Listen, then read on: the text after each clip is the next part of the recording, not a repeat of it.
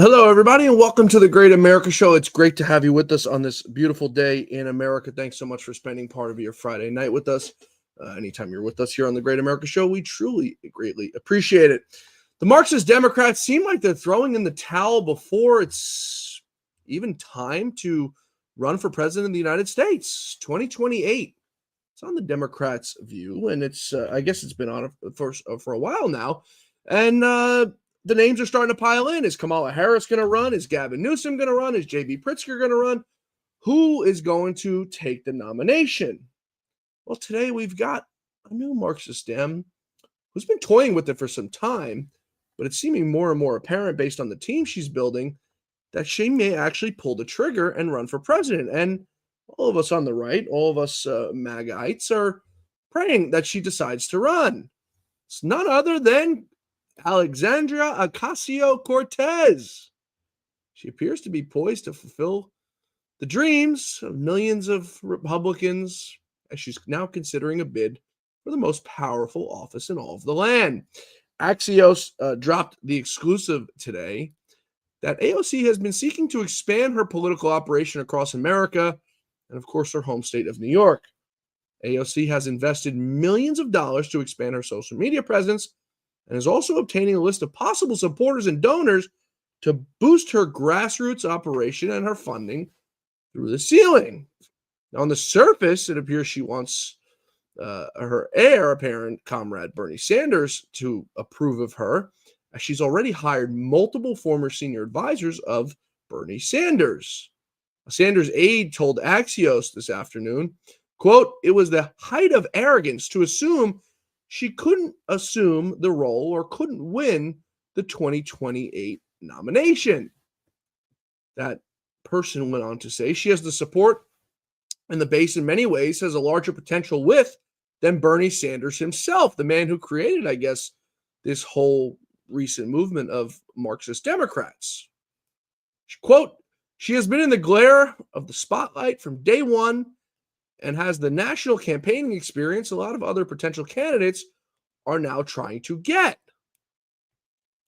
Many of AOC's cronies see a run for her presidency as a win-win scenario for her.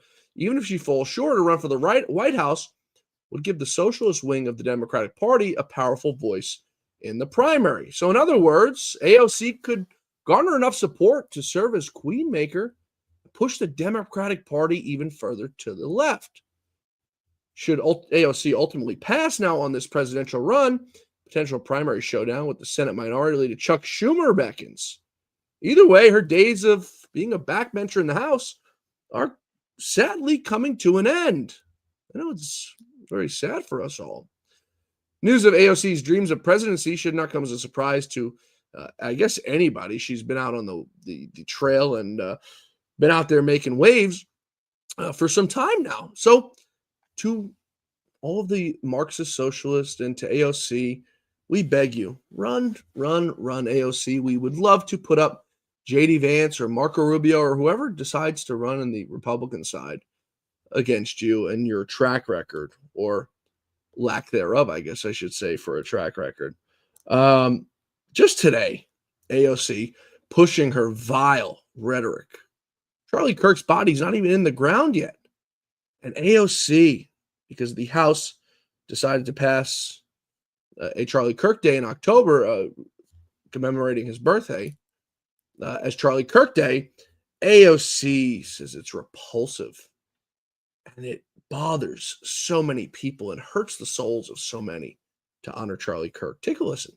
Instead, the majority proceeded with a resolution that brings great pain to the millions of Americans who endured segregation, Jim Crow, and the legacy of bigotry today.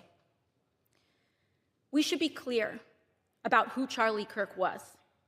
A man who believed that the Civil Rights Act that granted Black Americans the right to vote was a mistake. Who, after the violent attack on Paul Pelosi, claimed that, quote, some amazing patriot, unquote, should bail out his brutal assailant, and accused Jews of controlling, quote, not just the colleges, it's the nonprofits, it's the movies, it's Hollywood, it's all of it, unquote. His rhetoric and beliefs were ignorant, uneducated, and sought to disenfranchise millions of Americans, far from the working tirelessly to promote unity, unquote, asserted by the majority in this resolution. It is equally important that Congress does unite to reject the government's attempt to weaponize this moment into an all-out assault on free speech across the country, all in the name of Charlie Kirk. Now, Miss Sandy Cortez, as Tucker Carlson likes to call her, went just about as low as you can possibly go there, but not quite as low as Mr. Keith Olbermann went on Twitter just a few nights ago. Sinclair Media, of course, being the one to pull down ABC station, put out the message on Twitter announcing that Jimmy Kimmel's show was going to be pulled. Just a short announcement. Sinclair says Kimmel's suspension is not enough, calling on the FCC to go further and pull him, and then they eventually were pulled by ABC. But it was Sinclair and Nexstar who had to put the pressure on ABC to let them know that they wouldn't be carrying this stuff. So Keith Olbermann takes to Twitter, and Keith Olbermann has a message for Sinclair. Burn in hell, Sinclair, alongside Charlie Kirk. This is the tolerant left, folks. This is the tolerant left who has pushed us further into the winning column. I see a lot of people are upset with AOC and don't want to hear from AOC. None of us do. But you need to know and be informed that this is what these people do. This is what these people say. They don't like cancel culture. But they are the ones who started cancel culture. AOC, while we're on the topic of AOC and the front runner, I'd be remiss if I didn't fill you in on what AOC had to say when Tucker Carlson was canceled. How it was such a great day for truth, justice, and the American way. Tucker Carlson is out at Fox News. Couldn't have happened to a better guy. What I will say, though, is while I'm very glad that the person that was arguably responsible for some of the largest, driving some of the most amounts of death threats and violent threats, not just to my office, but to plenty of people across the country. I also kind of feel like I'm like waiting for the cutscene at the end of a Marvel movie after all the credits have rolled. And then you see like the villain's like hand reemerge out to grip over like the end of a building or something. But deplatforming works, and it is important. And does it now? There you go. Good things can happen. Is that true, Sandy Cortez, as Tucker Carlson likes to call her? Deplatforming works. So you guys started this whole cancel culture. Now when one of your scumbags is canceled, rightfully so, it's not cancel culture anymore. It's targeting. It's bad for the country. This woman wants to be president of the United States. Land of the free, home of the brave, because of the brave. And she wants to be president of the United States, calling for deplatforming, calling for censoring. Everything that America's fought against. And this is what this woman wants. We're going to take a quick break here, folks. So much more to come on the other side of this Great America Show. We've got some new details. You guys remember the wannabe Kavanaugh assassin or killer? We get some new details into their background. Brendan Carr at the FCC says he may be looking at another television show that needs to be looked at. A government shutdown is looming. Who is to blame? Another one is looming. And here we go again. Also, Jeff Zients, former pretty close advisor to Joe Biden, one of the first people to actually say some words in the deposition with House Oversight Chairman James Comer. We've got the beans that he spilled on Joe Biden On the other side of this quick break, folks, the Great America Show continues in just moments. Please stay with us. Happy Friday, folks. We're coming right back. This past year has been one of the hardest in MyPillow's history. It's because of you that we're making it through. My employees and I want to thank you for your continued support by extending our wholesale prices on classic MyPillows. Get standard classic MyPillows only $14.98. I can't believe I'm even saying that. Only $14.98. But it gets even better.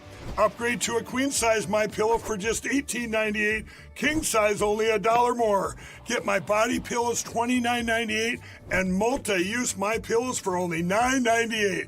So go to mypillow.com or call the number on your screen. Use your promo code to take advantage of these wholesale prices, including my standard size MyPillow, originally $49.98, now only $14.98. Queens $18.98. Kings only $1 more. Not only that, order $75 or more, ship absolutely free. From all of us here at MyPillow, thanks America! Thanks everybody for staying with us, and we're live tonight for the Great America Show. Thanks everybody for tuning in. We'll do some quick shout outs here before we move on. Kelly Song and Fall Girl, as always. Bob over on Facebook, Debbie on Facebook. Appreciate you guys tuning in. Bill over on Facebook. We appreciate you, Valerie. Appreciate you guys tuning in. We'll get to some more of those later on in the show. So back to cancel culture. The Democrats were all for it when it came to Donald Trump. You remember January 6th? He had to be deplatformed to get this guy off the air. Do not put him on television. I know for a fact when I was at Fox News, Donald Trump wanted to call into Lou Dobbs tonight. And management said, no way in hell. Wouldn't let Donald Trump call into the show.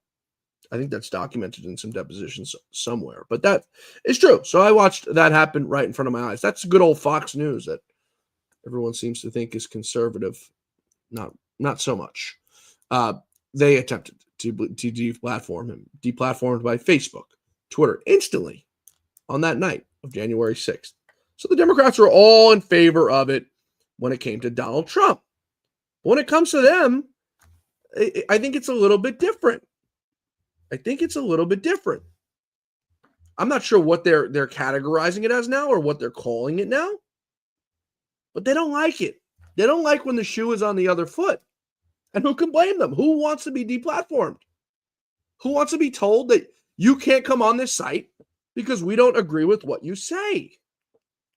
And you saw them all in the mainstream media when Lou Dobbs was fired and when Tucker Carlson was fired, having a field day. Every left-wing publication, every left-wing outlet, they were all jumping with joy. They were thrilled that somebody was silenced. One of them was none other than resident potato head. He looks like a potato. His brains are like mashed potato. Brian Stelter, who is beside himself that Jimmy Kimmel is gone. Beside himself.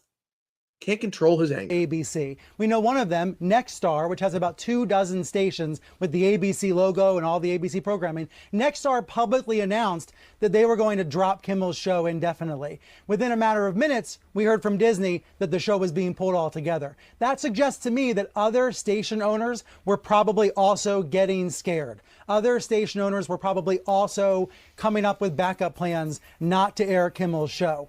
But even though we're talking about comedy, this is so serious, Aaron.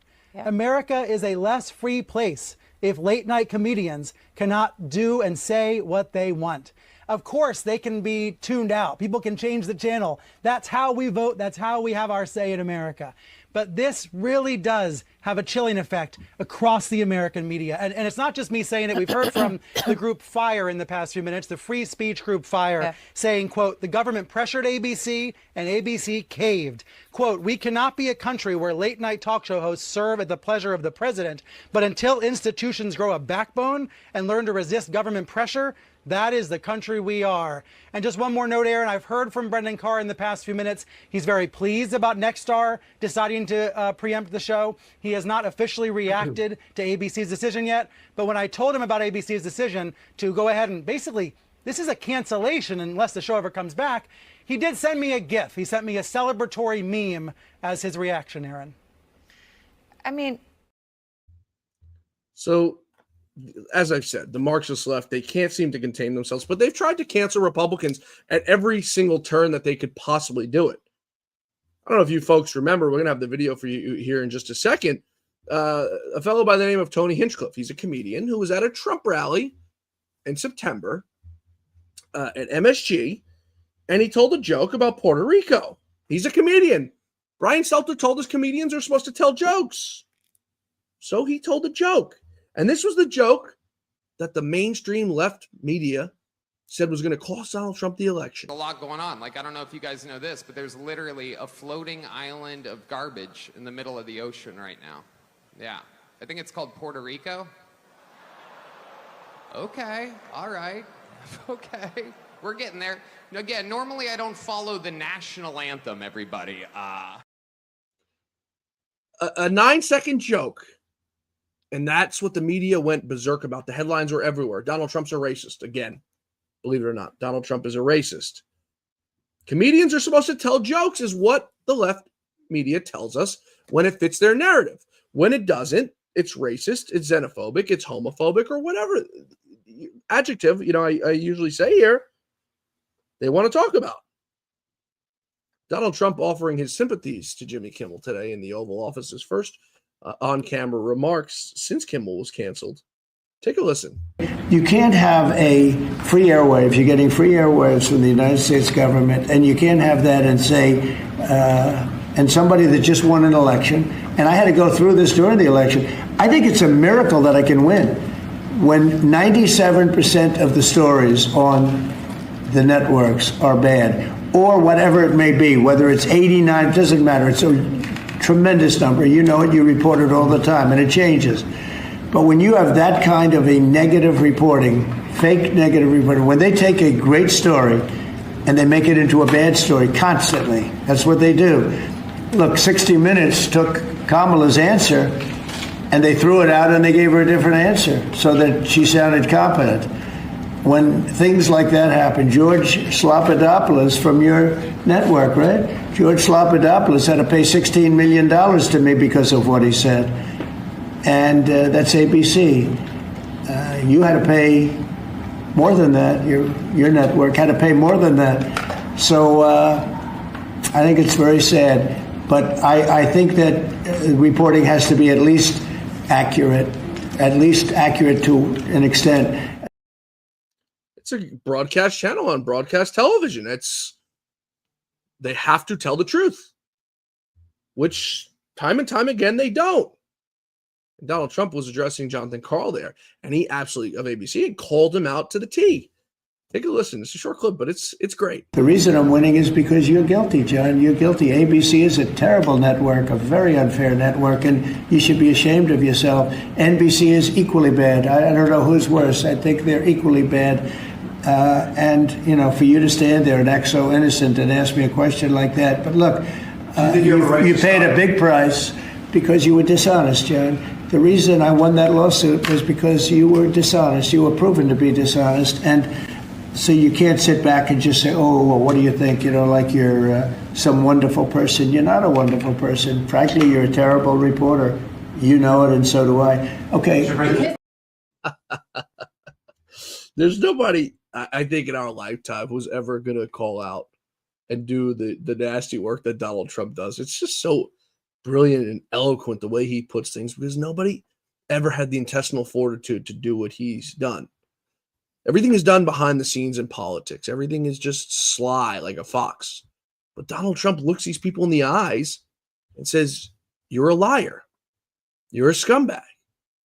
And we've never had anybody speak the truth that the way he does. And these people think they can get away with whatever they want. They think they could treat him however they want. Hey, Don, like they're his friends. He's the president of the United States. You got to show some respect to that office, regardless of who the president is, just as we showed respect to Joe Biden, the senile old man who occupied the office of the presidency for the last 4 years. Take a listen to some of these reporters and how they act in the Oval Office. He sort of stops at many of them. Mr. President, New Orleans. We have to save New Orleans. New York. Mr. President, when are you going to get details? We're going to be going into New York too. Yeah. Mr. President, and we're going to be going in quiet. You're really obnoxious. I'm not obnoxious, but I'm trying to ask you, what about your plans you are for really Memphis? Obnoxious. I'm not obnoxious, but I am asking, what are your plans for Memphis? Many people want I'm not going to talk to you until I call on you. What are your plans for So, Memphis? who Mr. else? Yeah, go President? ahead. Yeah, I just want to sell this free. I mean, how do these people think they're going to get away with this? And who puts up with this? Kick them the hell out of there. Get them out. Who do they think they are? They have no respect. When I grew up, you were taught to respect your elders and respect the people of importance above you. These people don't have respect for their own parents. The way they act like pigs and animals. It's sick. And nobody calls them out for it. I would figure out each and every one of those reporters who's in there and kick them the hell out of there. And then let them go write the story that free speech is under attack because these people act like hooligans. We're going to take one more quick break here, folks, on the Great America Show. Much, much more to come.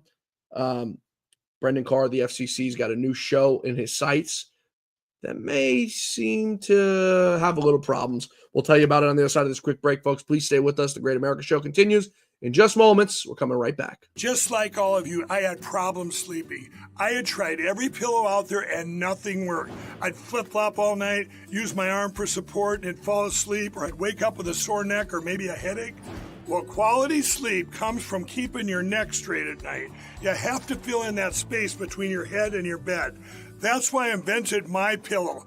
MyPillow's patented fill adjusts to your exact individual needs, and it doesn't matter if you sleep on your back, stomach, side, or any combination of all three. When I got MyPillow, I'm asleep almost immediately. I stay asleep at night, and I wake up more well-rested in the morning. So go to MyPillow.com or call the number on your screen. Use your promo code to get Classic King MyPillows for only $19.98. Queen size just $18.98. Standard Classic MyPillows only $14.98. That's right, only $14.98. Plus all orders $75 or more ship absolutely free. Thanks for staying with us, folks, here on the Great America Show. So there's some other people who are going to have a little bit of trouble, I guess, on the horizon. And it's another broadcast show that's on a broadcast network that has an FCC operator's license, which means you must follow the rules and you must follow the laws. None other than The View, everyone's favorite daytime show.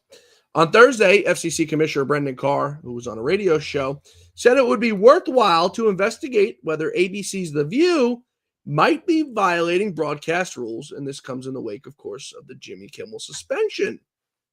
During his comments, Carr argued that the far-left show might be violating the commission's, quote, equal time rule. The equal time rule requires that broadcasters provide equal opportunity to all political candidates unless deemed a bona fide news show, which they're not. I'm not even sure what you'd call that show. I call it garbage because that's exactly what it is. Nobody's watching those people. So the accountability is coming, folks. It may have taken a little bit of time, but what do they say? Good things are worth waiting for. And I think we're going to see a lot more winning coming over the next few months. I mean, think about it. We've got over 3 years left for President Trump to continue to make America great again, hopefully followed by another 4 years of someone really great behind him. J.D. Vance or Marco Rubio are the two that I often say here, who I think are lining themselves up perfectly to take over the reins. But it's a long road ahead for the Marxist Democrats, and there's no end in sight for when their troubles are going to stop because they keep adding on and adding on and adding on and adding on. I was going to save this for the end of the show, but while we're on the topic of the Marxist Dems, I guess we've got to. It's another fan favorite, and I'm being facetious when I say that. Jasmine Crockett, who just runs her mouth and runs her mouth and runs her mouth, and she's never really got anything smart to say. But she's got a new one today that I couldn't help myself but to bring you guys. Jasmine Crockett says because people create crimes and commit crimes and do crimes, they're criminals. But they're not really criminals because they don't mean it. Yes, she really said it. Understanding what ends up having people become criminally impacted really informs so much of what I do legislatively, right? So when people are like, oh, you know, crime is terrible. And yes, it is, right? Like, because when somebody goes out and commits a crime, they don't typically, you know, say, well, I'm a D or I'm an R, I'm an I. It's not like literally like, it's about, well, how do you fix it? How do you make community safer? And I do think that I'm in a unique situation because I was having the conversations with people that were going out and committing crimes. And so I understood what was kind of pushing them there. And so I do want people to know that just because someone has committed a crime, it doesn't make them a criminal. That is completely different. Being a criminal is more so about your mindset. Committing a crime can come for a lot of different reasons. Yeah. Committing a crime doesn't make you a criminal. What does it make you? I guess a good, upstanding citizen in the eyes of Miss Jasmine Crockett. Can't make this stuff up, folks. Speaking of criminals, some news out today that's rather interesting, and I guess it fits in right now in the wake of everything going on and the transgender mental issue that this country is having. But now it turns out the radical leftists who attempted to assassinate Supreme Court Justice Brett Kavanaugh now identifies as a transgender, used female identities before attempting the murder.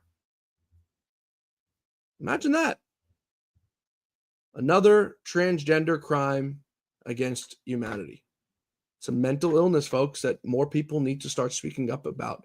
Network television, you guys want to talk about things? Start talking about that because it's a real issue that's happening in this country. The transgender crime is getting out of control. James Comey, you folks remember when James Comey put out that little New York Times leak, or he leaked to his boyfriend or whatever you want to call him?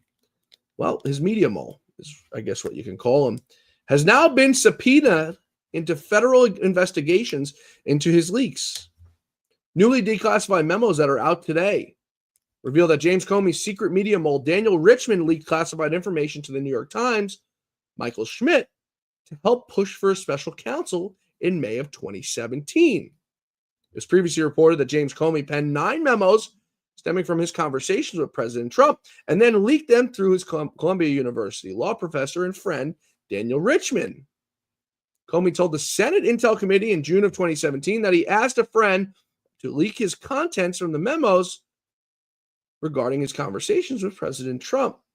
Well, Daniel Richman has now confirmed that he was James Comey's friend at Columbia Law School, and he was indeed the one who leaked those memos to the New York Times. He is now under federal investigation. As I said, folks, the accountability may have taken a little while to come, but it's here. And I think we could probably expect it to continue to keep coming and continue to keep coming.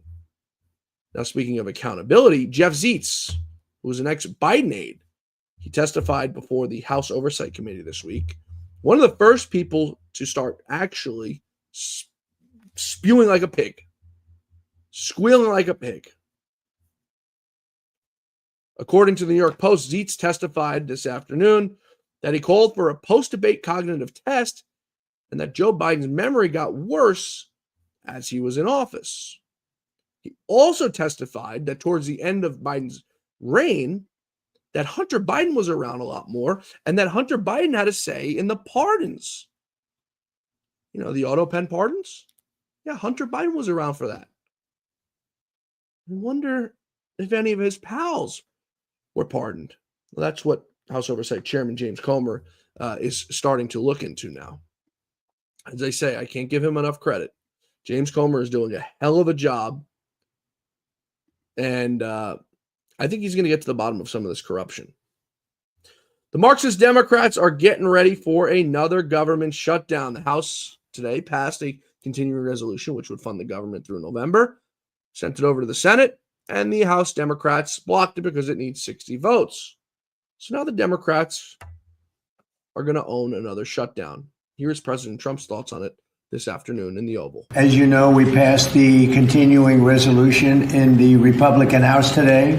It was an amazing vote, actually. It showed we want to keep things going and going properly. It was good for a lot of reasons. The Republicans want to keep government open. But in the Senate, we have 53 Republicans total, and we need 60 votes. That means we need Democrat votes. I want to thank Senator John Fetterman. He wants to keep the country open. We're doing so well as a country. We're doing probably better than ever before. If you look at the stock market and other indicators, we have tremendous investment coming in, record investment coming in. Everything's going well, but the Democrats are unhappy about that because they don't want it to go well. I think they actually dislike our country greatly.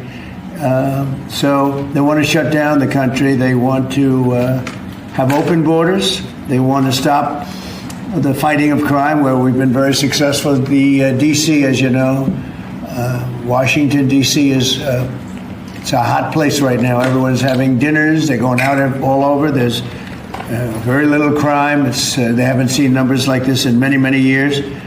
And other places, as you know, we're going into Memphis. We'll soon be going into Chicago. We've already had people out there and in there, and FBI's been there. We've brought the numbers down, but we're going to be bringing them down a whole lot.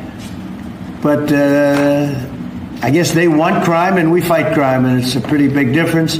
They want to have men playing women's sports. They want transgender for everybody. And if they don't get everything that they want, all these things that they want that are proven so badly, they want to close our government down.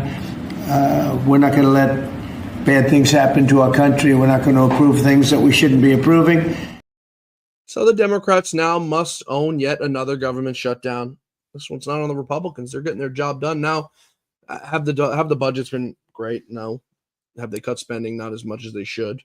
Oh, by the way, I must mention, John Fetterman voted with the Republicans on this. Rand Paul voted with the Democrats on their bills. So I guess that tells you what you need to know. President Trump today also rolling out his famous gold card program.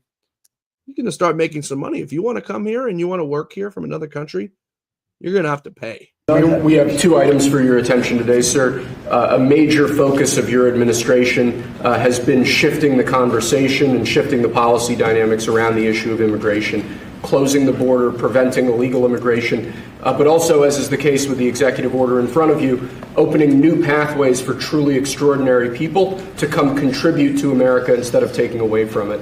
So this executive order is entitled the Gold Card. It will set up a new pathway, a new visa pathway for foreigners of extraordinary ability who are committed to supporting the United States for a payment of $1 million to the U.S. Treasury, or if a corporation is sponsoring them, $2 million by that corporation, and that will give them access to expedited visa treatment as part of this new Gold Card program. And one of the biggest problems we have is that people, they go to the best schools and they do great and they get great marks, and then they're thrown out of the country. You're not allowed to stay. This way, a corporation will be able, sort of like a signing bonus in baseball or football, a corporation will be able to get them to stay in the country, and I think it's going to be tremendously successful.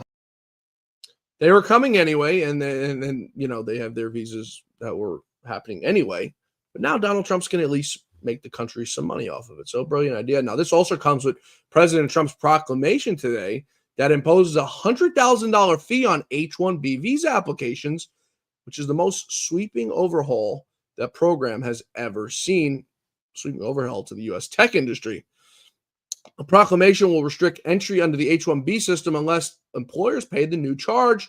The administration arguing the visa has been exploited to push Americans out of jobs. White House Press Secretary Caroline Leavitt confirming the details on this.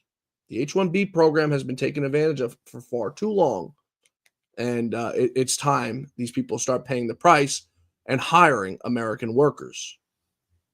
It shouldn't have to be this way, but it is. And so I guess we'll end today's show on a lighter note, maybe some bad news for some people. If you live in the great state of Georgia, this one is for you guys. Brad Raffensperger, one of the most corrupt people in all of Georgia, the Secretary of State, who allowed elections to be stolen under his watch, deciding he's running for governor of the great state of Georgia, the Peach State. People of Georgia must speak out. Now, I know we have a large audience down in Georgia, and get this guy the hell out of there if you want your elections to be free and fair. Raffensperger watched an election be stolen under his watch, and now he wants to be governor? I don't think so. Folks, that's all for us tonight. That's all for us this week here on the Great America Show. I hope you all have a great weekend, a blessed weekend with your friends, family, and loved ones as we enjoy the last few days if you're in the Northeast of or the Midwest of the warm weather as we're getting ready for the fall. It's coming, folks. Summer is over and we're back to work full swing. So I hope you all have a great weekend, a blessed weekend with your families. Please stay safe because we want to see you back here Monday for the Great America Show, where you guessed it, our quest for truth, justice, and the American way continues, folks. We'll see you back here Monday for the Great America Show. Until then, may God bless you, may God bless America, and may God bless the great Lou Dobbs. God bless you all and be safe, folks. We'll see you here Monday.